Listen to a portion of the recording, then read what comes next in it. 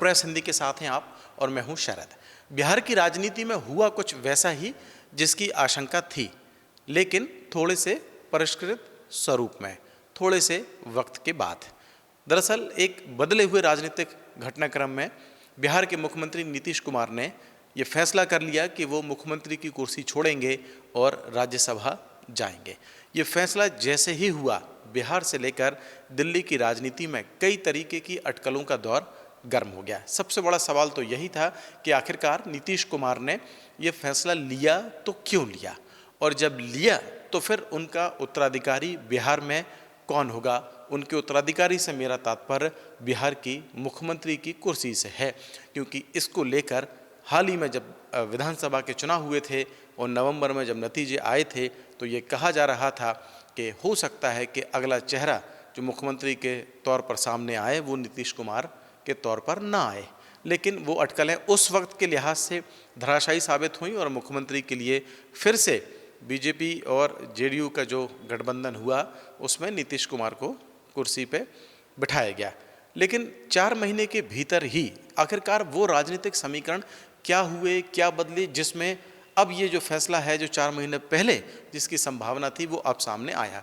इसके हम परत दर परत आपके सामने एनालिसिस करेंगे और ये बताएंगे भी कि इनके पीछे की जो वजह हैं वो आखिरकार क्या हो सकती हैं और किन परिस्थितियों में नीतीश कुमार ने ये फैसला लिया होगा कि वो मुख्यमंत्री की कुर्सी छोड़ेंगे और राज्यसभा जाएंगे। सबसे पहले जो कुछ घटनाक्रम घटे हैं वो मैं आपको बताना चाहता हूँ। मुख्यमंत्री जो नीतीश कुमार हैं उनका फैसला किसी स्टेटमेंट के जरिए नहीं आया। इसने भी बहुत चौंकाया कि आमतौर पर मुखर होकर अपनी बात सार्वजनिक तौर से रखने वाले नीतीश कुमार ने इतना बड़ा फैसला मुख्यमंत्री की कुर्सी छोड़ने का वो सिर्फ एक सोशल मीडिया पोस्ट के जरिए सार्वजनिक कर दिया। क्या वाकई में ये फैसला उन्हीं का है या फिर इसके पीछे की राजनीति कुछ और है? तो सबसे पहले मैं आपको वो जो सोशल मीडिया पोस्ट है नीतीश कुमार का वो आपको बताना चाहता हूँ जिसके ज़रिए ये बात सामने आई आधिकारिक तौर पे। हालांकि अटकलें कुछ वक्त पहले से ही चलने लगी थी, कुछ घंटे पहले से कह दें, लेकिन आधिकारिक तौर पर जो बयान सामने आया वो यही नीतीश कुमार का था, जिसमें उन्होंने लिखा, पिछले 2 दशक से भी अधिक समय से आपने अपना विश्वास एवं समर्थन मेरे साथ लगातार बनाए रखा है तथा उसी के बल पर हमने बिहार की और आप सब लोगों की पूरी निष्ठा से सेवा की है। आपके विश्वास और समर्थन की ही ताकत थी कि बिहार आज विकास और सम्मान का नया आयाम प्रस्तुत कर रहा है। इसके लिए पूर्व में भी मैंने आपके प्रति कई बार आभार व्यक्त किया है। संसदीय जीवन शुरू करने के समय से ही मेरे मन में एक इच्छा थी कि मैं बिहार विधानमंडल के दोनों सदनों के साथ संसद के भी दोनों सदनों का सदस्य बनूं। इसी क्रम में इस बार हो रहे चुनाव में राज्यसभा का सदस्य बनना चाह रहा हूं। मैं आपको पूरी ईमानदारी से विश्वास दिलाना चाहता हूं कि आपके साथ मेरा ये संबंध भविष्य में भी बना रहेगा एवं आपके साथ मिलकर एक विकसित बिहार बनाने का संकल्प पूर्ववत कायम रहेगा। जो नई सरकार बनेगी उसको मेरा पूरा सहयोग एवं मार्गदर्शन रहेगा। अब इस सोशल मीडिया पोस्ट के कुछ मायने में आपको समझाता हूँ। सबसे पहली बात तो ये कि जैसा नीतीश कुमार ने लिखा है और उन्होंने कहा कि पूरा सहयोग रहेगा जो नई सरकार गठित होगी, क्योंकि जब मुख्यमंत्री होते हैं तो मुख्यमंत्री ये एकाधिकार मुख्यमंत्री का रहता है कि उनकी कैबिनेट में कौन कौन से सदस्य होंगे, उनकी कैबिनेट के कौन कौन से मंत्री होंगे। लिहाजा जब सरकार का गठन होता है तो फिर मुख्यमंत्री के नेतृत्व में ही जो कैबिनेट है उसका गठन होता है। लिहाजा अगर नीतीश कुमार मुख्यमंत्री नहीं रहेंगे तो एक बात तो ये है कि फिर जो मौजूदा कैबिनेट है वो भी वहाँ पर नहीं रहेगी। इसकी सबसे ज़्यादा संभावना है, क्योंकि नए सिरे से जब मुख्यमंत्री का चेहरा सामने आएगा तो फिर उनके कैबिनेट के चेहरे भी नए सिरे से ही तय होंगे। इसमें कोई बहुत बड़े आश्चर्य की बात नहीं है।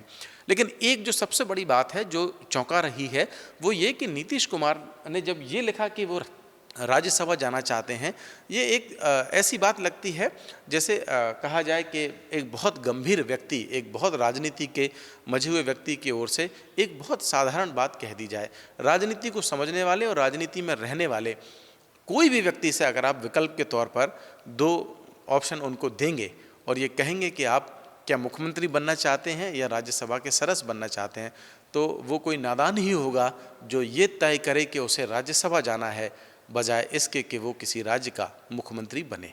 लिहाजा एक बात तो साफ है कि नीतीश कुमार ने ये फैसला बहुत ज़्यादा ऐसी परिस्थितियों के बीच में लिया होगा जिसमें उनके लिए ये तय कर पाना साबित शायद संभव नहीं हो पा रहा था कि बिहार के मुख्यमंत्री के तौर पर वो ज़्यादा मुनासिब हैं या फिर राज्यसभा के सदस्य के तौर पर।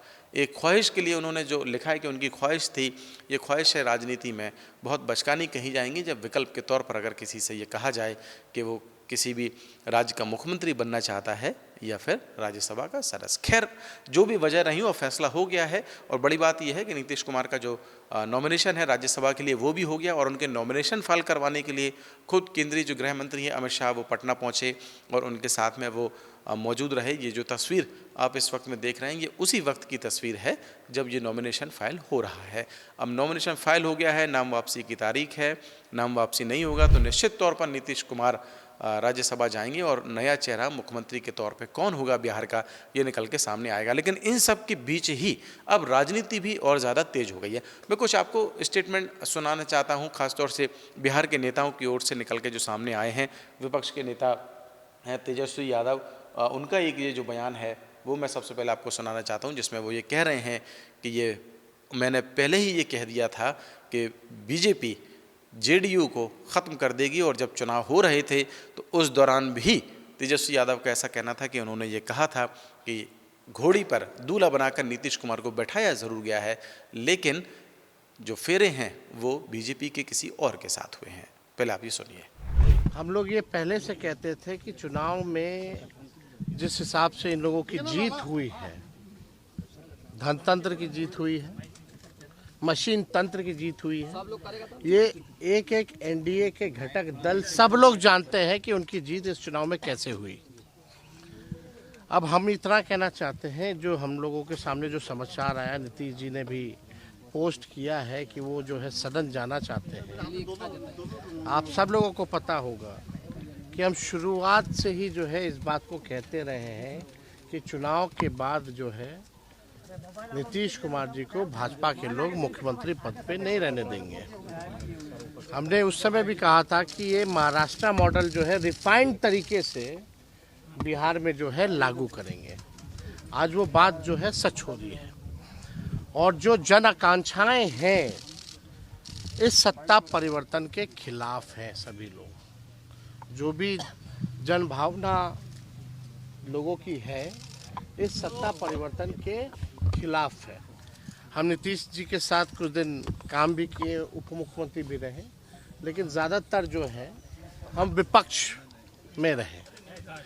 हम लोग सब लोग जानते हैं, आप मेरा एक बयान देखिएगा, जब नीतीश कुमार जी जब दोबारा हम डिप्टी सीएम बने, उसके बाद जब दोबारा वो 28 जनवरी 2024 में जब हम लोग को छोड़ के गए थे, तब उनके पास कोई वाजिब वजह भी नहीं थी कि हम लोगों को क्यों छोड़ा था। उस समय भी हम लोगों ने ये कहा था कि भाई बीजेपी जो है जनता दल यूनाइटेड पार्टी को ख़त्म कर देगी, अब जनता दल यूनाइटेड पार्टी अब बचेगी नहीं। हमारी पूरी सहानुभूति नीतीश कुमार जी के प्रति है। चुनाव में भी हमने उनके खिलाफ कुछ नहीं कहा और चुनाव के दौरान भी घूम घूम के ये बात हम कहते थे कि भाई नीतीश जी को तो घोड़ी पे चढ़ाया है दूल्हा बना करके, लेकिन फेरा किसी और के साथ दिला रहा है। यही सच्चाई है। तो कुछ और रिएक्शंस भी हैं तेजस्वी यादव के अलावा। तेजस्वी यादव का ये जो स्टेटमेंट है वो तो आपने सुना ही, और किस तरीके से वो पूरा नीतीश कुमार के बहाने बीजेपी को कटघरे में खड़ा कर रहे हैं और बीजेपी पर निशाना साध रहे हैं। उनके अलावा कुछ और जो स्टेटमेंट है वो भी सामने आए हैं। मनोज कुमार झा का एक स्टेटमेंट है जो उन्होंने नीतीश कुमार का जो सोशल मीडिया पोस्ट थी उसी को रीपोस्ट करते हुए लिखा है कि ये मान लेने में शायद ही किसी को संकोच हो कि ये पोस्ट नीतीश कुमार जी की अपनी आवाज़ नहीं लगती। शब्दों में एक अजीब सी पराई गूंज है, जैसे वाक्य कहीं और रचे गए हों और यहाँ केवल उनका पाठ किया गया हो। ये वही बात दोहरा रहे हैं जिसकी चर्चा मैं आपसे कुछ देर पहले कर रहा था कि आखिरकार क्या वाकई में ये जो शब्द हैं वो नीतीश कुमार के अपने ही शब्द हैं। तो फिर वो आगे लिखते हैं कि इसमें तो साफ साफ दिल्ली दरबार की कलम की आहट सुनाई देती है। लगता है जैसे विचार देश की राजधानी के किसी शांत सुव्यवस्थित कक्ष में लिखे गए हों, फिर उन्हें किसी अदृश्य दूत ने पटना पहुंचा दिया हो और अंततः किसी नियुक्त संरक्षक ने समय देकर उन्हें पोस्ट कर दिया हो। राजनीति के इस नए व्याकरण में अब शब्द भी प्रवासी हो गए हैं। विचार कहीं जन्म लेते हैं, स्वर कहीं और दिया जाता है।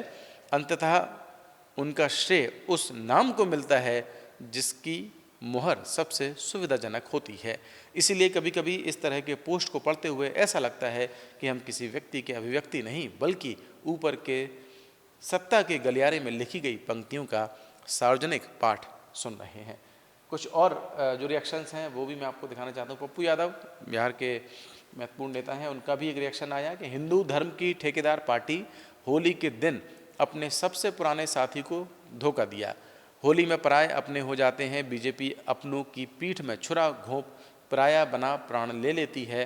चंद्रबाबू नायडू जी सावधान, नीतीश जी के नाश का षड्यंत्र रचने वाला आपके लिए साजिश रचे, उससे पहले सचेत हो जाओ आप। एक और उन्होंने जो ट्वीट है वो भी क्या, जो बैक टू बैक ट्वीट है, जिसमें उन्होंने लिखा कि मांझी जी, चिराग जी, लालू जी, उपेंद्र जी बिहार को बीजेपी का चारागाह न बनने दें, एक मत से निशांत जी को बिना शर्त समर्थन देकर बिहार का मुख्यमंत्री बना दें, बीजेपी के लिए बिहार का दरवाज़ा बंद कर दें, भविष्य की राजनीति आपस में फरिया लेंगे, इतिहास में अमर हो जाओगे, बिहार स्वाभिमान का प्रतीक बन जाओगे। अब यहाँ पप्पू यादव के ट्वीट में जो निशांत का नाम आया है, ये मुख्यमंत्री नीतीश कुमार के बेटे हैं और पिछले दिनों अपनी सादगी को लेकर बहुत ज़्यादा चर्चा में रहे। और जब विधानसभा के जो चुनाव हो रहे थे उस वक्त में भी एक नाम सामने आया था कि क्या नीतीश कुमार के उत्तराधिकारी के तौर पर निशांत कुर्सी संभाल लेंगे, लेकिन जैसा मैंने कहा कि ऐसा हुआ नहीं और नीतीश कुमार को ही कुर्सी उस वक्त में दी गई जब चुनाव के जो नतीजे आए थे।